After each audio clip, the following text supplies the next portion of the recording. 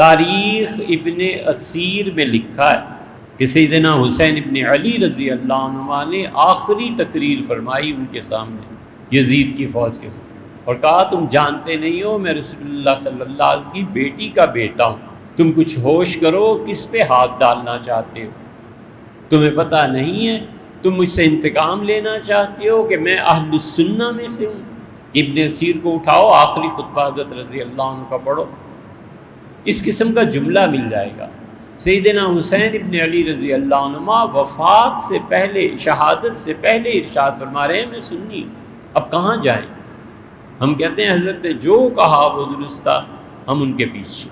اسی لیے یاد رکھنا چاہیے ہمیشہ یہ اہل بیت کرام رضی اللہ عنہم کی جو محبت ہے نا، اس کو حسن خاتمہ میں بڑا دخل ہے۔ بس یہ فکرہ حضرت مجدد الفسانی سرہندی رحمۃ اللہ علیہ کے مکتوبات میں ہے۔ حضرت مجدد رحمۃ اللہ علیہ لکھا ہے کہ انسان کا حسن خاتمہ، مرنے سے پہلے کلمہ اور صحیح عقیدہ نصیب ہو جائے۔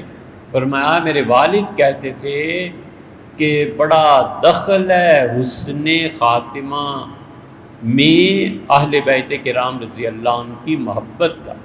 تو مخدوم عبدالاحد میرے والد کے انتقال کا وقت قریب آیا، تو میں نے کہا والد آپ فرماتے تھے کہ حضور صلی اللہ علیہ وسلم کے خاندان سے محبت رکھنی چاہیے، چطور آپ کا کیا حال ہے؟ اب بس ایک لفظ فرمایا اور کمال کیا، فرمایا سر شاریم، سر سے پاؤں تک ڈوبا ہوا ہوں ان کی محبت۔